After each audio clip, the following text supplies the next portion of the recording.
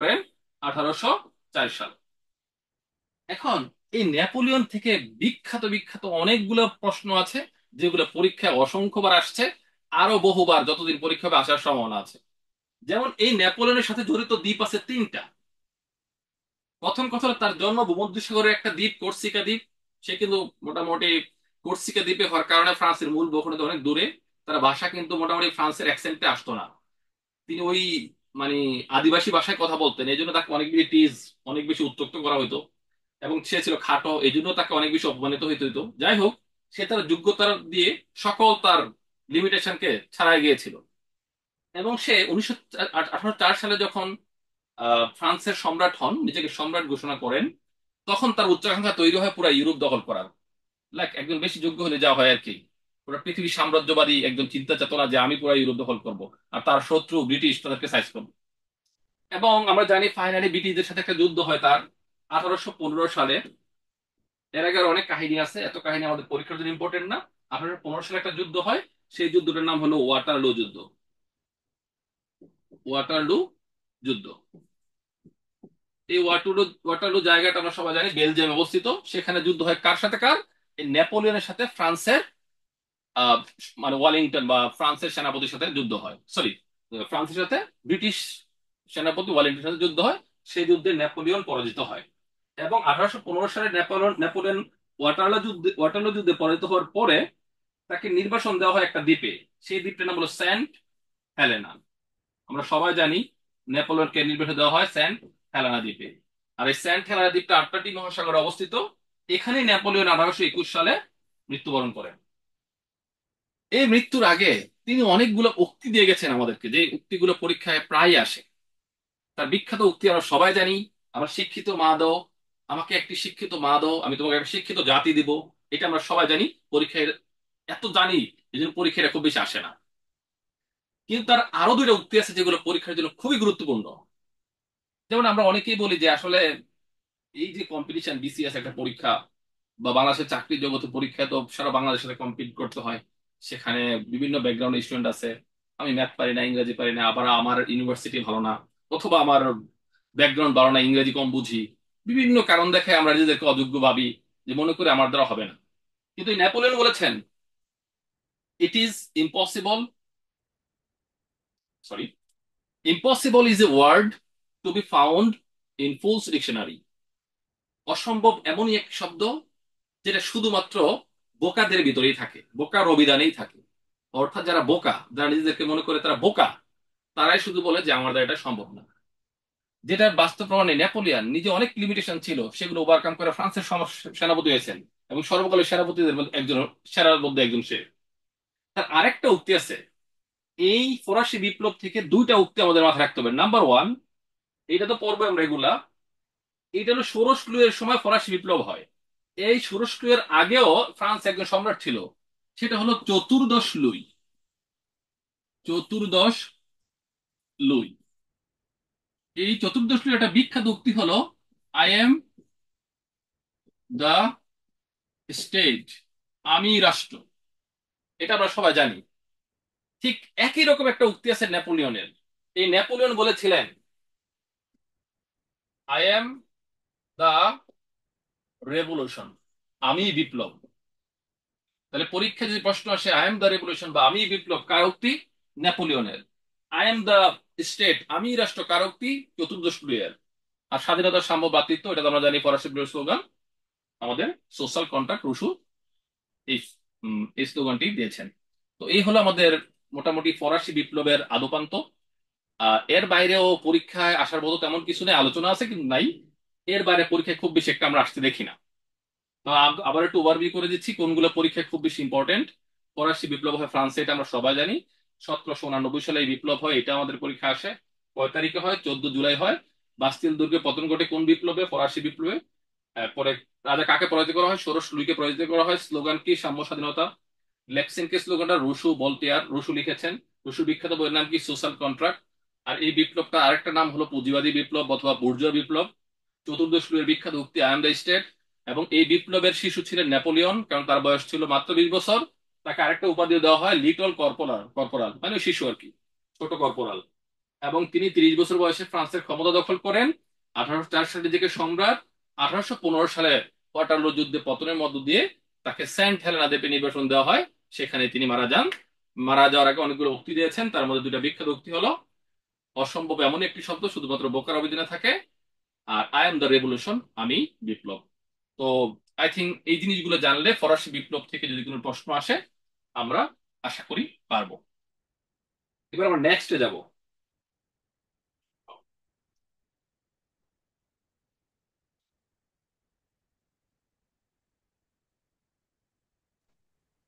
খুবই গুরুত্বপূর্ণ একটি বিপ্লব, যে বিপ্লবের মধ্য দিয়ে আমরা পৃথিবীতে নতুন কিছু দেখেছি।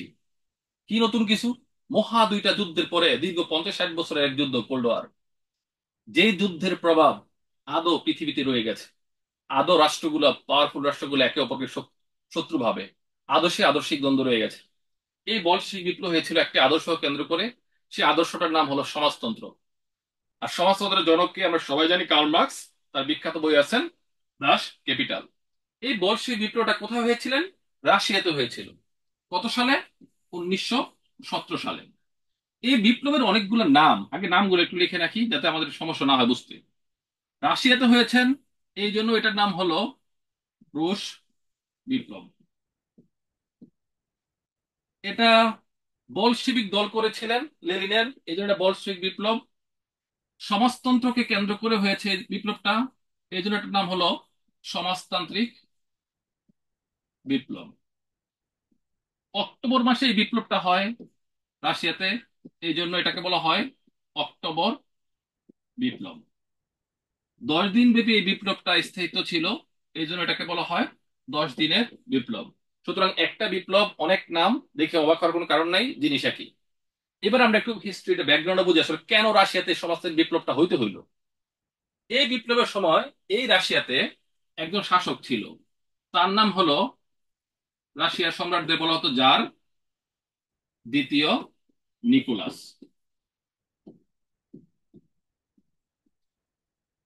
এই যে নিকোলাস বা এই যে জার শাসন যারা ছিল, এই লোকগুলো ঐতিহাসিকভাবে খুবই যুদ্ধপ্রিয়। রাশিয়ার মানুষ যুদ্ধ করতে করতে ক্লান্ত হয়ে পড়েছিল, রাষ্ট্রের আর্থিক অবস্থা ভেঙে পড়ছিল। আমরা যদি দেখি রাশিয়া, সেই 1853 সালে একটা যুদ্ধ হয়, ক্রিমিয়া যুদ্ধ। ওই যে আমরা বিখ্যাত একটা মহিলার নাম শুনছিলাম, Florence nightingale, a lady with the lamp. সেই ক্রিমিয়া যুদ্ধ রাশিয়া হারছিল ফ্রান্স এবং স্পেনের সাথে।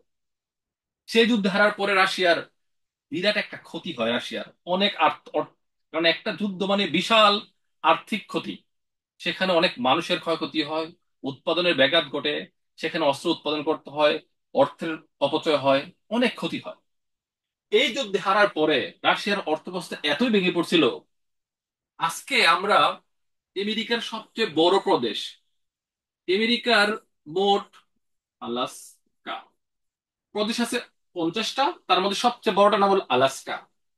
এই যুদ্ধে হারার পরে রাশিয়ার আর্থিক দুরবস্থা কাটানোর জন্য রাশিয়ার তখনকার যার যিনি ছিলেন, সে ভাবলো আলাস্কা একটা আমাদের রাশিয়ার পূর্ব দিকে অনেক দূরে, এটা বিশাল একটা এলাকা, তাও একটা বেরিং প্রণালীর পরে গিয়ে এখানে শুধু বরফ, তেমন কিছু উৎপাদন হয় না, মানুষও বাস করে না, কোনো খুব বেশি প্রোডাক্টিভ কিছু নাই, এইটা আমি বেচা দেবো। এই আলাস্কাকে মার্কিন যুক্তরাষ্ট্রের কাছে 1867 সালে বিক্রি করে দেয় রাশিয়া। কত টাকার বিনিময়ে বিক্রি করে? মাত্র 72 লক্ষ ডলারের বিনিময়।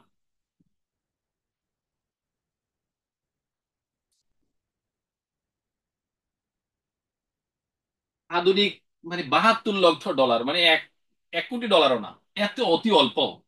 বাট আজকে আমেরিকার সবচেয়ে বড় প্রদেশ এই আলাস্কা। এই আলাস্কা থেকে আমেরিকা প্রতি বছর তেল গ্যাস উত্তোলন করে প্রায় 200 বিলিয়ন ডলারের। তো কি পরিমাণ একটা প্রাকৃতিক সম্পদের পরিপূর্ণ অঞ্চলকে রাশিয়া বিক্রি করতে হয়েছিল ওই সময়, তার মানে একটা অবস্থা, খুব বাজে অবস্থা, আগে থেকে রাশিয়ার আর্থিক ব্যবস্থা খারাপ ছিল। এবার আসি 1904 সাল। এই 1904 সালে একটা যুদ্ধ হয়, কার সাথে? রাশিয়ার সাথে জাপানের যুদ্ধ।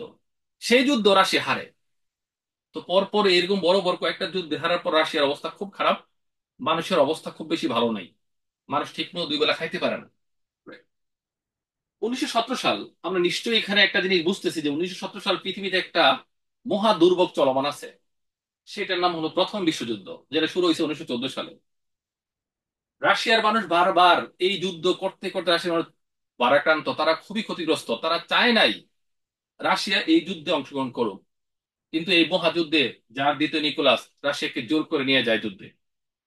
1917 সাল আসে, মানুষের দেয়ালে পিঠ থেকে যায়, মানুষের খাবার নাই, মানুষ রাস্তায় নেমে আসে। আমরা আমরা খালি অক্টোবর বিপ্লব নিয়ে কথা বলি। 1917 সালে রাশিয়াতে একটা বিপ্লব হয় নাই, বিপ্লব হয়েছে দুইটা। একটা ফেব্রুয়ারি বিপ্লব আর একটা অক্টোবর বিপ্লব। কিন্তু ফেব্রুয়ারি বিপ্লবটা আমরা মনে রাখি না, অক্টোবরটা মনে রাখি, কারণ অক্টোবরটা দীর্ঘদিন ছিল। এই 1917 সালে ফেব্রুয়ারি মাস মানুষ যখন রাস্তায় নেমে আসে, যার দ্বিতীয় নিকোলাস, যারা ছিলেন সেনাবাহিনী, সেনাপ্রধানকে ডাকেন, ডেকে বলেন তাদের উপর দিয়ে ওপেন ফায়ার করো, ম্যাসাকার করে দাও, গণহত্যা চালাও। লাইক 5ই আগস্টের আগে শেখ হাসিনা যেভাবে ডেকে ডেকে নিয়ে সেনাবাহিনী বা অন্যান্য বাহিনীদেরকে বলেছিলেন। কিন্তু 5ই আগস্টে কি হলো, সেনাবাহিনী কিন্তু সেই কাজটা করে নাই। সেম ঘটনা এখানে ঘটছে। সেই সেনাবাহিনী দেখলো যাদেরকে মারার কথা বলতেছে, তাদেরকে আমরা মারবো, এই মানুষ তো আমারই মানুষ, কেন মারবো? তখন 1917 সালে ফেব্রুয়ারি মাস সেনাবাহিনী এই মানুষের পক্ষ নিয়েছিলেন, নামাইরা মানুষকে পক্ষ নিয়ে যার দ্বিতীয় নিকোলাসকে পতন ঘটায়। এখন কথা হলো ভাইয়া, এটা ফেব্রুয়ারি মাসে ঘটে, তাহলে যারা নিকোলাসের পতন ঘটে গেল, রাশিয়াতে বিপ্লব হয়ে গেল। কিন্তু না, বিপ্লব হয় নাই। বিপ্লবটা করছে কে? সেনাবাহিনী। সুতরাং সেনাবাহিনী বিপ্লব করলে মানুষের অধিকার পাওয়া যায়, এরকম ইতিহাস পৃথিবীর ইতিহাসে কোন বিপ্লবে নাই। যার কারণে মানুষ অধিকার পায় নাই, সেনাবাহিনী আবার আগের মতো শুরু করে শাসন দেন। বলশিবিক দলের নেতা, সবাই আমরা জানি, নাম হলো ভ্লাদিমির উলিচ এলিয়ানোভ লেনিন। এই লেনিনের নেতৃত্বে সাধারণ মানুষ এই অক্টোবর মাসে আবার এই সেনাবাহিনীর বিরুদ্ধে বিদ্রোহ করে রাষ্ট্রীয় ক্ষমতা দখল করে, যেই ঘটনাটাকে আমরা বলতেছি রাশিয়ার সমাজতান্ত্রিক বিপ্লব বা রুশ বিপ্লব। এখন ভাইয়া, এই যে রুশ বিপ্লবটা হইল রাশিয়াতে, লেনিন তিনি এই বিপ্লবের নেতৃত্ব দিলেন, তার দলের নাম কি? বলশেভিক বিপ্লব। এই বিপ্লবের পরে সমাজতন্ত্র আস্তে আস্তে পূর্ব ইউরোপে বিস্তার লাভ করতে শুরু করে। রাশিয়া থেকে পূর্ব ইউরোপের রাষ্ট্রগুলো যেগুলো আছে, like Ukraine, Poland, Montenegro, Serbia, এই রাষ্ট্রগুলোতে ছড়াতে শুরু করে। মাত্র 1917 সালে বিপ্লবটা হয়, আর 1922 সালে এই বিপ্লবটা ছড়ায়া যায় মোট 15টা দেশে।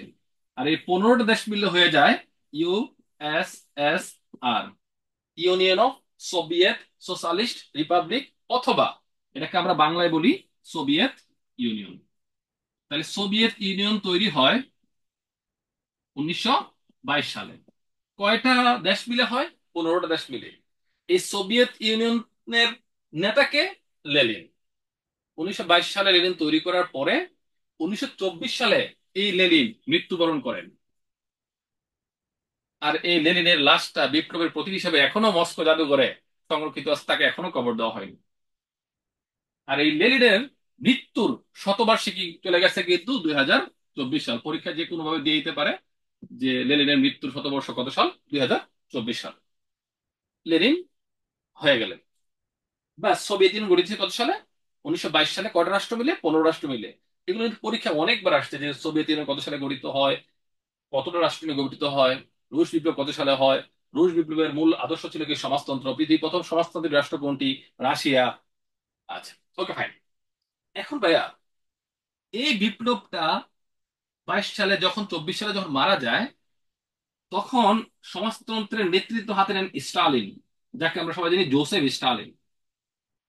এই জোসেফ স্টালিন পৃথিবীতে সমাজতন্ত্রের শ্রেষ্ঠ প্রেসিডেন্ট তাকে বলা চলে, দ্বিতীয় বিশ্বযুদ্ধের সময় নেতা ছিলেন। তিনি একটা কাজ করেছেন, সেটা কি? এই যে আজকে আমরা 5 ইয়ার্স প্ল্যান দেখি, বাংলাদেশে অষ্টম পঞ্চবার্ষিক পরিকল্পনা চলমান আছে।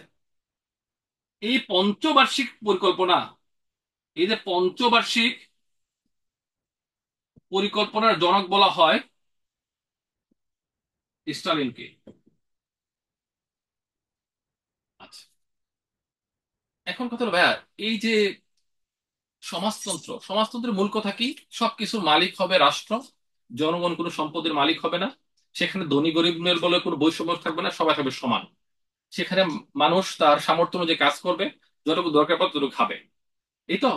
তো এখন এই যে আদর্শকে কেন্দ্র করে মানুষ লেনিনের ডাকে ঝাঁপিয়ে পড়লেন, কিন্তু ওই যে একটা কথা আছে না বাংলায়, যে আসলে কতই না চমৎকার এটা, যে সেখানে কোনো ধনী গরিব নাই, সেখানে কোনো বৈষম্য নাই, সবাই সমান, বা চমৎকার, সবাই সুখে থাকবো, এই আদর্শ কেন্দ্র করে তো লেনিনের পিছনে মানুষ ঝাঁপায় পড়ছিল।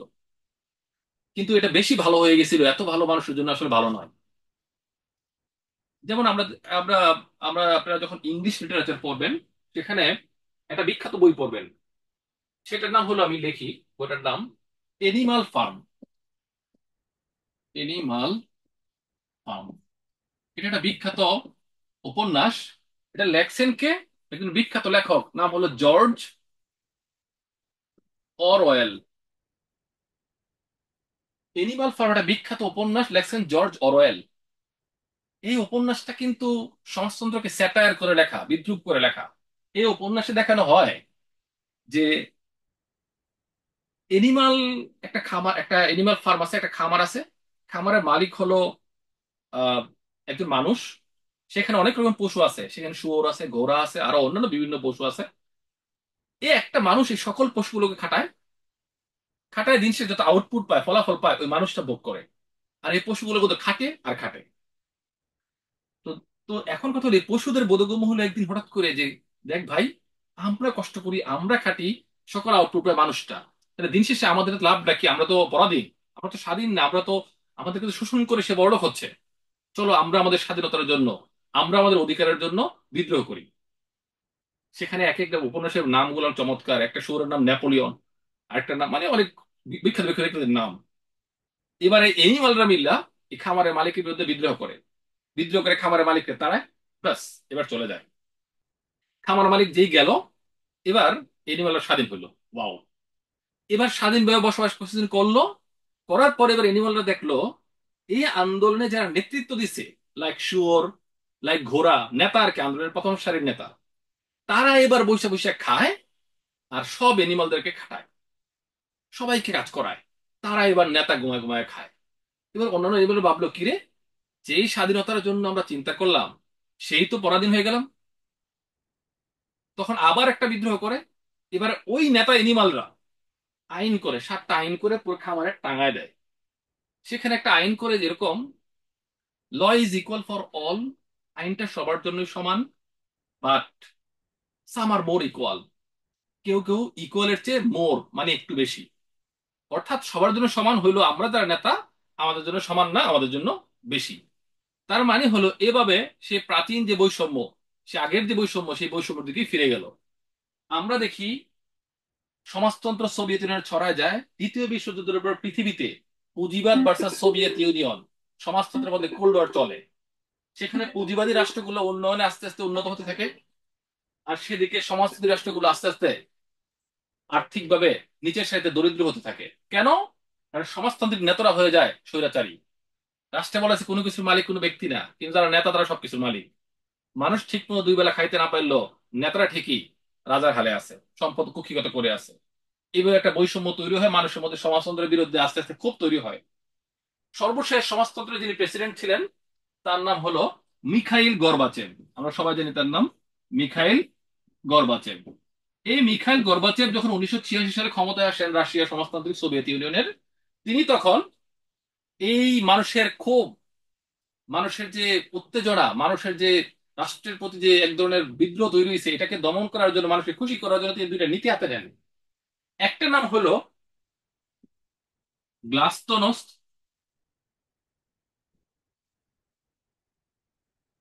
আরেকটা নাম হলো পেরোস্ট্রোইকা। এগুলো বানান নাও হচ্ছে ঠিক আছে। গ্লাসনোস্ট, পেরোস্ট্রোইকা। গ্লাসনোস্ট মানে কি? ওপেননেস। সমাজতন্ত্রে কিন্তু একটাই নিয়ম, একটাই দল, কোনো দল থাকবে না, কারণ মানুষের বাক স্বাধীনতা নাই, সমাজতন্ত্র যা বলে তাই। সুতরাং এই গ্লাসনোস্টের মাধ্যমে মানুষের বাক স্বাধীনতা ফিরিয়ে দেওয়া হলো, মানুষকে রাজনৈতিক দল করার সুযোগ দেওয়া হলো, মানুষকে বাক স্বাধীনতা দেওয়া হলো।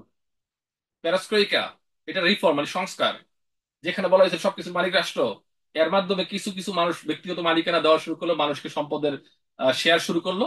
যার কারণে মানুষ একটু আস্তে বড় হয়ে শুরু করলো, আর মানুষ যখন কথা বলার সুযোগ পেলো, এমন কথা বললো, এই সমাজতন্ত্রকে ভেঙে দিল, এই সমাজতন্ত্রকে উচ্ছেদ করা হলো। আর এই রাশিয়ার এই সমাজতন্ত্রের পতন ঘটে 1991 সালে। আর এই সমাজতন্ত্র ভেঙে কয়টা রাষ্ট্র হয়? ওই যে 15টা রাষ্ট্র প্রথম তৈরি ছিল, সেই 15 রাষ্ট্র আবার সমাজতন্ত্র ভেঙে 1991 সালে তৈরি হয়। তো এই হলো আমাদের রাশিয়ার সমাজতন্ত্রের মোটামুটি হিস্ট্রি। এখান থেকে অনেকগুলো পরীক্ষায় প্রশ্ন আসতে পারে। আবার একটু ওভারভিউ করে দিচ্ছি। বলশেবিক বিপ্লব কোন দেশে হয়? রাশিয়াতে হয়। রাশিয়ার কোন দলের নেতৃত্বে বিপ্লবটা হয়? বলশেবিক দলের নেতৃত্বে। বলশেবিক দলের নেতা ছিলেন কে? লেনিন ছিলেন। এটা পৃথিবীর প্রথম সমাজতান্ত্রিক রাষ্ট্রের নাম কি? রাশিয়া। সোভিয়েত ইউনিয়ন কত সালে গঠিত হয়? 1922 সালে। কয়টি রাষ্ট্র নিয়ে গঠিত হয়? 15টি রাষ্ট্র নিয়ে। পঞ্চবার্ষিক পরিকল্পনার জনক কে? স্টালিন। গর্বাচেভ কোন ধরনের নীতি নিয়েছিলেন? গ্রাসনস্ত পেরেস্ট্রোইকা। কত সালে সমাজতন্ত্র ভেঙে যায়? 1991 সালে। ভেঙে কয়টা হয়? 15টা হয়। সুতরাং এই সবগুলো জিনিস আমরা মাথায় রাখবো। আরেকটা জিনিস মাথায় রাখবো, যেমন কমনওয়েলথ আমরা একটা সংগঠন পড়বো, যেখানে আমরা দেখি যে ব্রিটিশ কলোনিগুলো নিয়ে ব্রিটিশ 1949 সালের সংগঠন করে, নাম হলো কমনওয়েলথ। যারা আগে উপনিবেশ ছিল, ব্রিটিশদের কলোনি ছিল। ঠিক রাশিয়া যেমন 1991 সালের সমাজতন্ত্র ভেঙে যায়, সাথে সাথে 15টা নিয়ে রাশিয়া একটা সংগঠন করে, সেটার নাম হলো CIS, বা কমনওয়েলথ অফ ইন্ডিপেন্ডেন্ট স্টেট। তাহলে কমনওয়েলথ অফ ইন্ডিপেন্ডেন্ট স্টেটের সদস্য ছিল কয়টি? 15টি। কত সালে তৈরি হয়? 1991 সালে। যদিও বর্তমানে এটা সদস্য 9টি। তো আই থিঙ্ক আপনারা এই বলশেভিক বিপ্লবের একটা ব্রিফ হিস্ট্রি, সংক্ষিপ্ত ইতিহাস আমরা জানলাম। বাস, এবার নেক্সট আরেকটা যাব। কারো কোনো প্রশ্ন আছে? এতটুকুতে কারো কোনো প্রশ্ন আছে? আচ্ছা।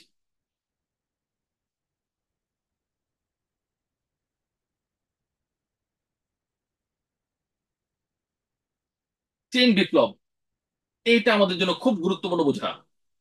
বিকজ আজকের পৃথিবীতে নতুন মেরুকরণ হচ্ছে, আর সেই মেরুকরণের নেতাকে, যাকে কেন্দ্র করে পৃথিবী তৈরি হচ্ছে, চীন।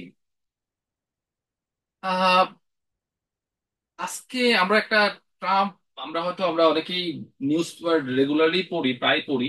সেখানে একটা টার্ম প্রায় ইউজ হয়, সেটাকে বলা হয় থুকিডাইডিস ট্র্যাপ। আন্তর্জাতিক যে কলামগুলো থাকে সেখানে প্রায় এটা আসে, থুকিডাইডিস ট্র্যাপ। তো থুকিডাইডিস কি, কেন, কিভাবে, এগুলো হয়তো আপনারা অন্য লেকচারে পড়ছেন, সেখানে আছে। তো এই থুকিডাইডিস ট্র্যাপের মূল কথা হলো, পৃথিবীতে দ্বিতীয় বিশ্বযুদ্ধের পরে আমরা দেখি আমেরিকার একক আধিপত্য দীর্ঘ 2000 সাল পর্যন্ত। আমেরিকা মানে 2001 সাল পর্যন্ত ছিল। পৃথিবী এককেন্দ্রিক ছিল, মার্কিন যুক্তরাষ্ট্র তার প্রতিনিধি কোনো রাষ্ট্র নাই পৃথিবীতে। সমস্ত ভেঙে চুরমার হয়ে যায়, সে একাই 100 ইউনিপোলার একটা পৃথিবী ওয়ার্ল্ড অর্ডার নিয়ে ছিল। কিন্তু এই যে 21st সেঞ্চুরিতে এসে এই সময় আমরা দেখতেছি আমেরিকাকে হুমকিদের মতো একটা রাষ্ট্র তৈরি হয়ে যাচ্ছে, তা হলো চীন। আর থুকিডিডিস ট্র্যাপের মূল কথা হলো, একটা প্রতিষ্ঠিত শক্তি লাইক আমেরিকা, একটা উদীয়মান শক্তি লাইক চীন, একটা প্রতিষ্ঠিত শক্তির সাথে একটি উদীয়মান শক্তির কনফ্লিক্ট, দ্বন্দ্ব অনিবার্য, ঘটবেই, মারামারি লাগবেই তারা। আর আমরা তার রিফ্লেকশন আমরা প্রতিনিয়ত এখন দেখছি। আমেরিকার বিরুদ্ধে চায়নার অবস্থান, চায়না যেখানে আছে সেখানে আমেরিকার অবস্থান। মানে একটা তাদের মধ্যে একটা মানসিক কোল্ড ওয়ার বা স্নায়ুযুদ্ধ চলমান থাকেই সবসময়। তার মানে এই চায়না নিজেকে আজকের এই পর্যায়ে নিয়ে আসলো কিভাবে? হঠাৎ করে চায়না আজকের পৃথিবীর মোড়ল হতে চাচ্ছে কিভাবে? সেই ব্যাকগ্রাউন্ড ইতিহাসটা আমরা দেখবো বিপ্লবের মাধ্যমে। চায়নাতে একটা বিপ্লব হয়, সমাজতান্ত্রিক বিপ্লব, 1949 সালে। চায়নার এই বিপ্লবের নেতা ছিলেন মাও সেতুং। সমাজতান্ত্রিক চায়নার জনককে মাও সেতুং। কিন্তু ভাইয়া, পরীক্ষা যদি প্রশ্ন আসে যে গণতান্ত্রিক চায়নার, আধুনিক চায়নার জনককে, তখন কিন্তু উত্তর আরেকটা। তখন উত্তর কি হবে? তখন উত্তর হবে সান ইয়াত সেন। যদি বলা হয় সমাজতান্ত্রিক চীনের জনককে, তখন আমরা দেব মাও সেতুং। যদি বলা হয় আধুনিক চীনের স্রষ্টাকে, সান ইয়াত সেন। গণতান্ত্রিক চীনের স্রষ্টাকে, সান ইয়াত সেন। তিনি 1911 সাল থেকে 1912 সাল, এই সময়টাতে গণতান্ত্রিক চীনের জন্য আন্দোলন করেন। কার বিরুদ্ধে আন্দোলন করেন? চীনের একটা 2000 বছর রাজতন্ত্র ছিল, সেটাকে কিং ডাইনেস্টি বলা হয়। সেই কিং ডাইনেস্টির বিরুদ্ধে তিনি সংগ্রাম করে গণতন্ত্র প্রতিষ্ঠা করেন। তিনি যেই দলের মাধ্যমে এই গণতন্ত্র প্রতিষ্ঠা করলেন, সেই তার দলটার নাম আমাদের জানা খুবই গুরুত্বপূর্ণ। নাম হলো কু মিং তান। এটা চাইনিজ শব্দ, আর ইংরেজিতে হলো the nationalist party of China, মানে চায়নার জাতীয়তাবাদী দল বা কুমিংতান। এই দলের স্রষ্টা সান ইয়াতসেন, এবং এই দল গণতান্ত্রিক চীনের স্রষ্টা, আধুনিক চীনের স্রষ্টা। এখন ভাইয়া, এই যে দলটা, এই সান ইয়াতসেন যখন মারা যায়, এই দলের নেতা নির্বাচিত হন একজন লোক, তার নাম হলো চিয়াং কাইশেক। এই চিয়াং কাইশেক এই লোকটা আগাগোড়া সমাজতন্ত্র বিরোধী। তিনি যখনই ক্ষমতায় আসলেন, এসে এই মাও সেতুং এর দলের বিরুদ্ধে যেখানেই সমাজতন্ত্র পাও সেখানেই হত্যা করো, কারণ সে পুঁজিবাদী, সে আমেরিকা তথা অন্যান্যদের বন্ধু, সে তাদের সহায়তা নিয়ে সমাজতন্ত্রকে দমনে নেমেছেন। খুবই খুবই ঐতিহাসিক একটা একটা মানে নির্মম ইতিহাস আছে চায়নার সমাজতন্ত্রের। এই চিয়াং কাইশেক এত বেশি গণহত্যা চালায় এই সমাজতান্ত্রিক দলের বিরুদ্ধে, মাও সেতুংদের বিরুদ্ধে। 1935 সালে, 1934 থেকে 1935 সাল, এই সমাজতান্ত্রিকরা অর্থাৎ চায়নার লোকগুলো, মাও সেতুংরা সিদ্ধান্ত নেয় যে আমাদেরকে কুনমিং বা বেইজিং আশেপাশের রাজধানীর আশেপাশে আমাদেরকে থাকা যাবে না। এখানে আমাদের জীবন খুবই হুমকির মুখে, সকাল বিকেল আমাদেরকে হত্যা করতেছে। তাহলে কি করতে হবে? আমাদেরকে এখান থেকে পালাতে হবে। এই যে চায়নার লোকজন, চায়নার দক্ষিণ দিক থেকে এই মাও সেতুং তার সকল লোকগুলো নিয়ে, প্রায় 86,000 লোক নিয়ে, প্রায় 86,000, এটা সংখ্যাটা কম বেশি হতে পারে, 86,000 লোক নিয়ে মাও সেতুং চায়নার দক্ষিণ থেকে উত্তর পশ্চিম, যেখানে পাহাড়ি এলাকা, গ্রাম এলাকা, যেখানে কোনো চিয়াং কাই শেখের লোকজন বেশি নাই, নিরাপদ এলাকা, সেখানে যাত্রা শুরু করে, পালা যায়। অর্থাৎ এই যে এক অঞ্চল থেকে আরেক অঞ্চলে চলে যাওয়ার যে মানে প্ল্যান বা পদক্ষেপ, এটাকেই বলা হয় চায়নার ঐতিহাসিক লং মার্চ। চায়না একটা ঐতিহাসিক লং মার্চ করে সিয়া শেষ শুরু নিয়ে। কিন্তু ভাইয়া, এই সিয়া শেষ শুরু নিয়ে যখন শুরু করলো, তখন কি চিয়াং কাইশেক চুপ করে বসে আছে যে তারা তোরা পালায় যা, আমি তোরা দেখি? নিশ্চয়ই না। চিয়াং কাইশেক তার বাহিনী এই 86,000 মানুষের পেছনে লেলিয়ে দেয়। যখন 1935 সালে যখন তারা একেবারে বর্ডারের উত্তর দিকে চলে যেতে সক্ষম হয়, এই 86,000 সৈন্য থেকে মাত্র 8,000 সৈন্য নিয়ে এই মাও সেতুং তার সে গন্তব্যে পৌঁছাতে সক্ষম হয়েছিল। তার মানে তার 90% সৈন্যকে মেরে ফেলা হয়েছে। এই ঐতিহাসিক লং মার্চে চীনের সমাজতন্ত্রের 90%, প্রায় 70-80 হাজার মানুষ মারা যায় সেখানে, নির্মম হত্যা করা হয়। যাই হোক, মাও সেতুং সেখানে গিয়ে চুপ করে বসে বসে সমাজতন্ত্রকে গুছানোর ট্রাই করতেছে। এদিকে আমরা একটা জিনিস খেয়াল করি, 1949 সালের বিপ্লবের পূর্বে, 1945-46 সাল,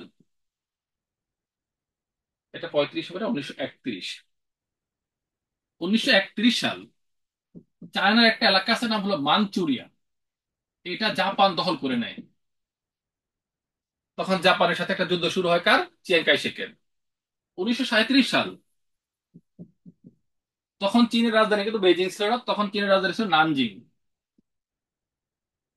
এই নানজিং আক্রমণ করে জাপান, নির্মম ভাবে মাত্র 5-7 দিনে 3 থেকে 4 লাখ মানুষকে হত্যা করে। এটাকে বলা হয় ঐতিহাসিক নানজিং জেনোসাইড। একেবারে চায়নাতে গৃহযুদ্ধ চলতেছে, জাপান ভার্সাস চিয়াং কাই শেক। মাও সেতুং কিন্তু সেই গোপনে ওখানে গিয়ে ঠিকই চুপচাপ তার দল গোছাচ্ছে। এই ফাঁকে দ্বিতীয় বিশ্বযুদ্ধ শুরু হয়ে যায় 1939 সালে। যুদ্ধ শুরু হলে আমরা জানি জাপান ডেফিনেটলি চায়না অনেক অঞ্চল দখল করে নিছে। আর চায়নারও চিয়াং কাই শেকও যুদ্ধ করছে, কার বিরুদ্ধে? জাপানের বিরুদ্ধে করতেছে। কিন্তু ভাই, যুদ্ধটা যখন শেষ হয়, 1945 সালে যখন দ্বিতীয় বিশ্বযুদ্ধ শেষ হয়, মিত্রবাহিনী জয়লাভ করে, জাপান তো সেখানে পরাজিত হয়, বন্দী হয়, তার বিচার করা হয়, তাকে অনেক জেনারেলদের ফাঁসি দেওয়া হয়। চায়নাটা তখন জাপানের কাছ থেকে মিত্রবাহিনী দখল করে। আর মিত্রবাহিনী কে দখল করে? রাশিয়া। এখানে আমরা দেখি যে জাপানের পাশেই কিন্তু, চায়নার পাশে রাশিয়া। রাশিয়া মিত্রবাহিনীর নেতা হিসেবে জাপান থেকে যে অঞ্চলগুলো চায়না নিয়েছিল সেগুলো দখল করে। এখন রাশিয়া তো সমাজতন্ত্রের বড় ভাই, সে তো সবসময় এই সমাজতন্ত্রের পক্ষে গান গাবে। যেখানে সমাজতন্ত্র, সেখানে তার দাদের দায়িত্ব তাদেরকে রক্ষা করার। সুতরাং সে যখন চায়নাকে ছেড়ে চলে যায় রাশিয়া, তখন কার হাতে এই যে যুদ্ধের পরে যে অনেক অস্ত্র যে উদ্ধার করছিল, অনেক অস্ত্র যে জাপান থেকে পাইছিল, এই সবগুলো মাও সেতুংকে চায়না দিয়ে রাশিয়া দিয়ে চলে যায়। মাও সেতুং গোপনে গোপনে এই যুদ্ধের ফাঁকে ফাঁকে সে দল গুছাইছে। এবার সে অস্ত্র পাইছে কার কাছ থেকে? ওই যে রাশিয়ার কাছ থেকে এই যুদ্ধের পরে। বাস পেয়ে 1949 সাল একেবারে বেইজিং এ আইসা চিয়াং কাই শিখকে পতন ঘটায়া চায়নাতে একটা বিপ্লব ঘটায়, যেটাকে বলা হয় চীনের সমাজতান্ত্রিক বিপ্লব। একটা জিনিস খেয়াল করি, এই হলো আমার দড়ি ধরে নিলাম এটা চীন। তাইলে এখানে আইসা এখান থেকে আইসা বিপ্লবটা ঘটাইছে। এখানে চিয়াং কাইশেক ছিল, সে তখন কি করলো, নিজের জীবন বাঁচানোর জন্য দলবল নিয়ে সে পাড়ি দিল বিমান দিয়ে একটা দ্বীপে। সেই দ্বীপটার নাম কি? তাইওয়ান। খুব ইন্টারেস্টিং। মাও সেতুং সমগ্র চায়না দখল করলো, চিয়াং কাইশেক তার দলবল নিয়ে তাইওয়ানে চলে গেল। এই তাইওয়ান কার দ্বীপ? চায়নারই দ্বীপ। তখন চিয়াং কাইশেক নিজেকে বাঁচানোর জন্য তার দলবল নিয়ে কোথায় চলে গেল? তাইওয়ানে। এবার এই চিয়াং কাইশেক কিন্তু মূল ভূখণ্ডে আসলে মারা যাইব, তার তো সেই সক্ষমতা অলরেডি মাও সেতুং সব দখল করে নিয়েছে। চিয়াং কাইশেক তখন তাইওয়ানে গিয়ে কি করলো, স্বাধীন চায়না হিসাবে তাইওয়ানকে ঘোষণা দিল, যে রিপাবলিক অফ চায়না হলো কি? তাইওয়ান। অর্থাৎ তাইওয়ান হলো এখন থেকে স্বাধীন চায়নার প্রতিনিধি। মাথায় রাখবে, আন্তর্জাতিক ভাবে রাষ্ট্র হইতে হলে স্বাধীন রাষ্ট্র হইতে একটা গুরুত্বপূর্ণ জিনিস হলো রেকগনিশন বা স্বীকৃতি। সাথে সাথে চিয়াং কাইশেক যেহেতু পুঁজিবাদের সমর্থক, সুতরাং এর পক্ষ নিয়েছেন আমেরিকা, ইউরোপিয়ানরা। তারা সবাই তাইওয়ানকে রাষ্ট্র হিসেবে স্বীকৃতি দেয়, চায়নাকে কেউ রাষ্ট্র হিসেবে স্বীকৃতি দেয় না। তো যার কারণে আমরা দেখি, আমরা যখন জাতিসংঘ পড়বো, আমরা সেখানে দেখব যে জাতিসংঘের সাবেক সদস্য, জাতিসংঘ তৈরি হয় 1945 সাল। এই 45 থেকে 49 সাল জাতিসংঘের স্থায়ী 5টা সদস্যের একটা হলো চীন। কিন্তু আমরা দেখি 1949 থেকে 71 সাল চীন নাই, সেখানে কি আছে? তাইওয়ান। স্থায়ী সদস্য তাইওয়ান। কেন? ওই যে তাইওয়ানকে স্বাধীন রাষ্ট্রের স্বীকৃতি দেয়, যে জাতিসংঘের সদস্য তাইওয়ান হয়ে যায়। তাহলে আধুনিক এই চায়নাকে স্বাধীন রাষ্ট্র হিসেবে স্বীকৃতি দেয় কত সালে? আমরা সবাই জানি, সেটা হলো 1971 সালে চায়নাকে রাষ্ট্র হিসেবে স্বীকৃতি দেয়। কিভাবে? একটা কূটনীতির মাধ্যমে। সেই কূটনীতি আমরা সবাই জানি, ping pong diplomacy. Ping pong শব্দের অর্থ কি?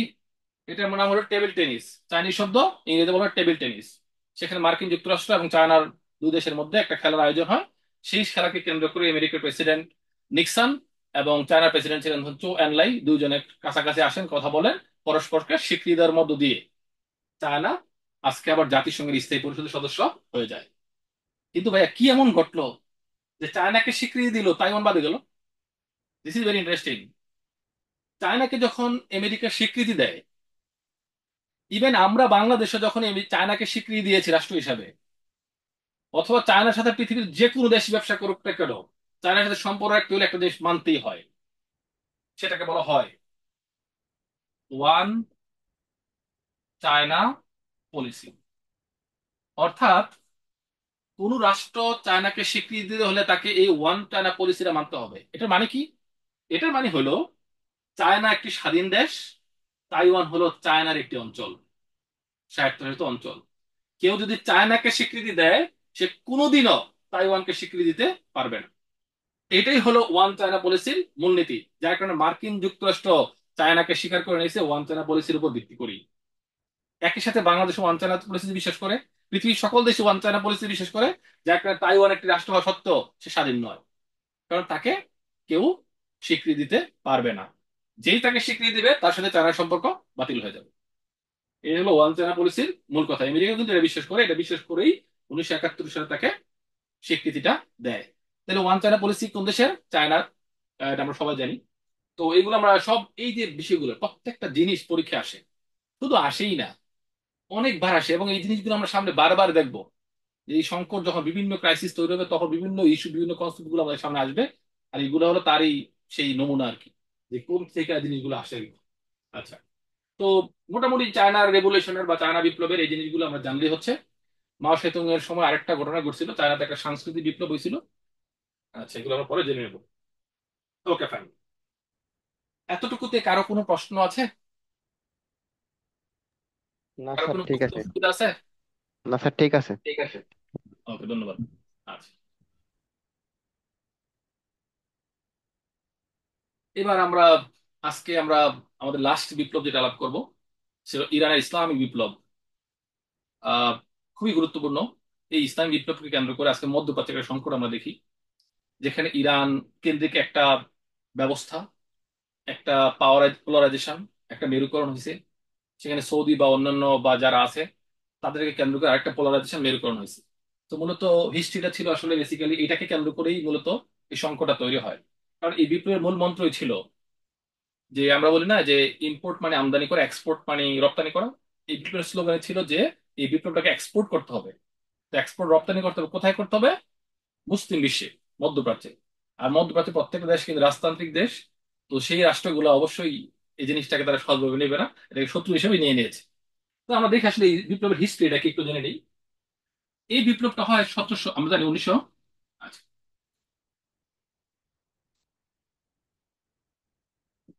1979 সালে। তো এই বিপ্লবটা যখন হয় তখন ইরানের সম্রাট ছিলেন রেজা শাহ পাহলভি। ইরানি বিপ্লবের সময় ইরানের তিনি সরকার ছিলেন রেজা শাহ পাহলভি। আর আমরা জানি সবাই আয়াতুল্লাহ খামেনি, আচ্ছা আমি সংক্ষেপে লিখলাম খামেনি,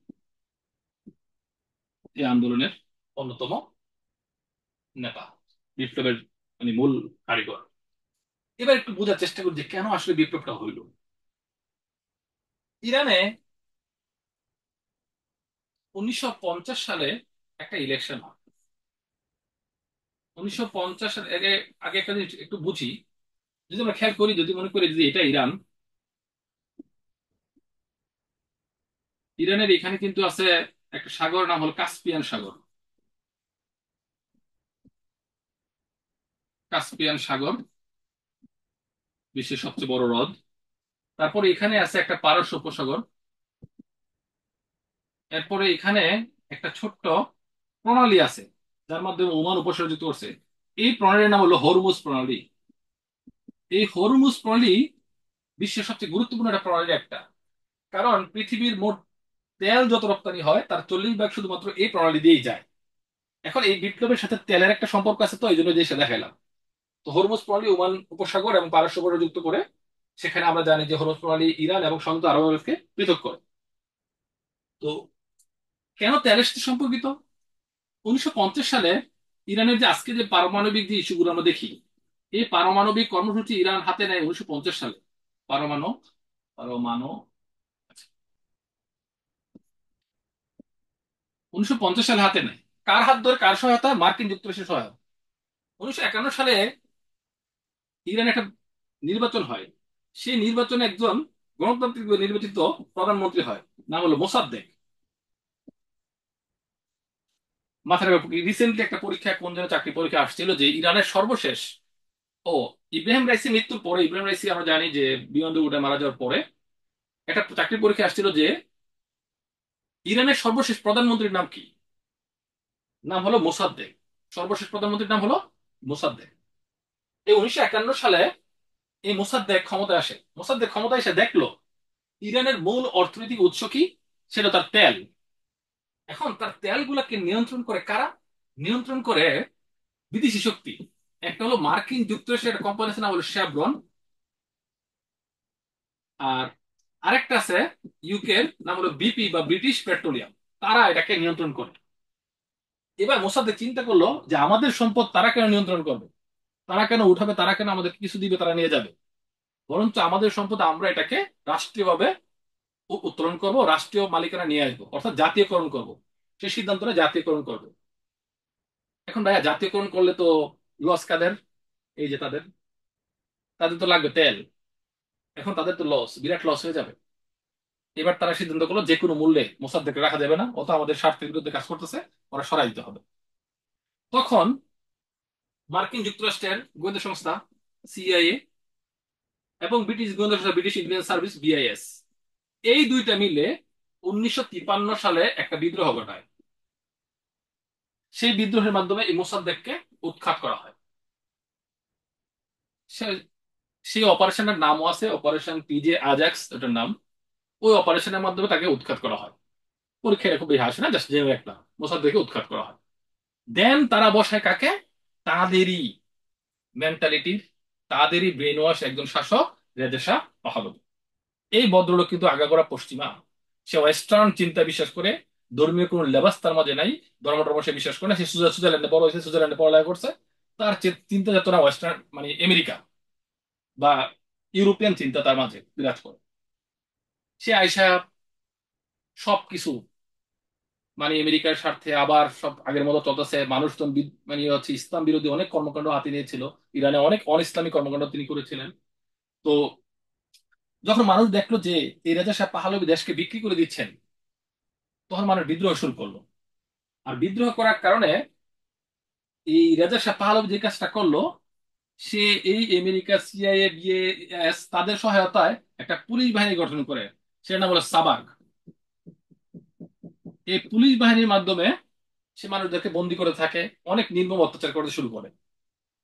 তো যাই হোক, এই নির্মমতার বিরুদ্ধে খামেনির নেতৃত্বে 1799 সালে ইরাজা শাহ পাহলভীর পতন ঘটে, যেটাকে আমরা বলি ইরানের ইসলামিক বিপ্লব।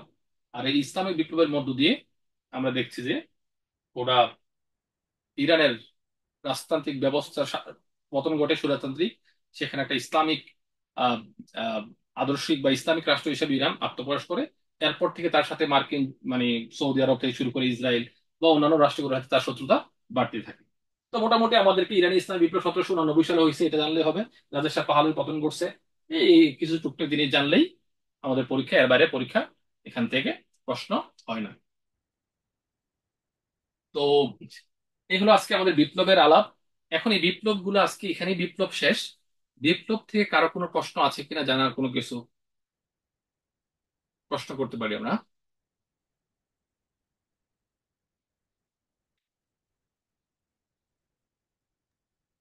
সালাম আলাইকুম স্যার। স্যার বাংলাদেশের বিপ্লব নিয়ে কিছু বলবেন স্যার? জি।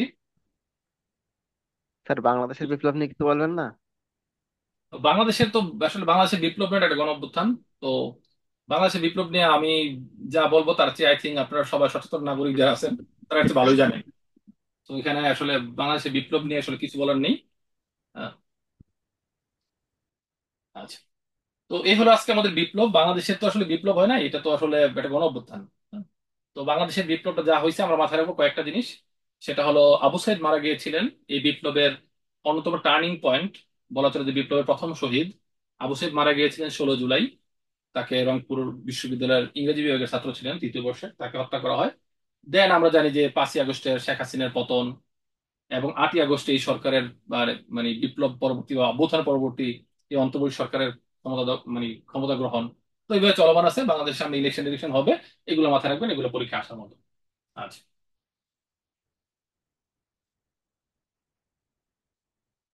তাহলে আজকে আমাদের মোটামুটি আহ আমাদের টাইম লিমিটেড।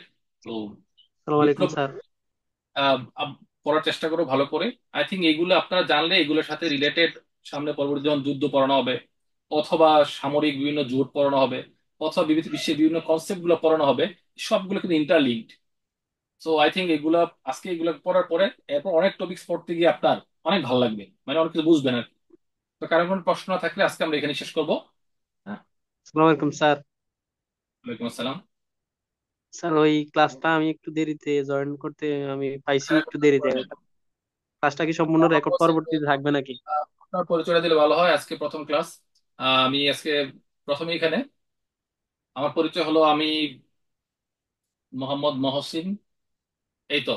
আর হলো পড়ালেখা ঢাকা বিশ্ববিদ্যালয় থেকেই, বিসিএস একাধিকবার এক্সপিরিয়েন্স, বিসিএস সামনে আছে ভাইবা টাইবা অনেকবার ভাইবা ফেস করা হয়েছে। তো সবার কাছে দোয়া প্রার্থী। স্যার ক্লাসটা কি সম্পূর্ণ রেকর্ড থাকবে নাকি পরবর্তীতে? ক্লাস থাকার কথা। জি। ভালো থাকবেন। ধন্যবাদ সবাইকে। শুভরাত্রি। সালাম আলাইকুম রহমতুল্লাহ।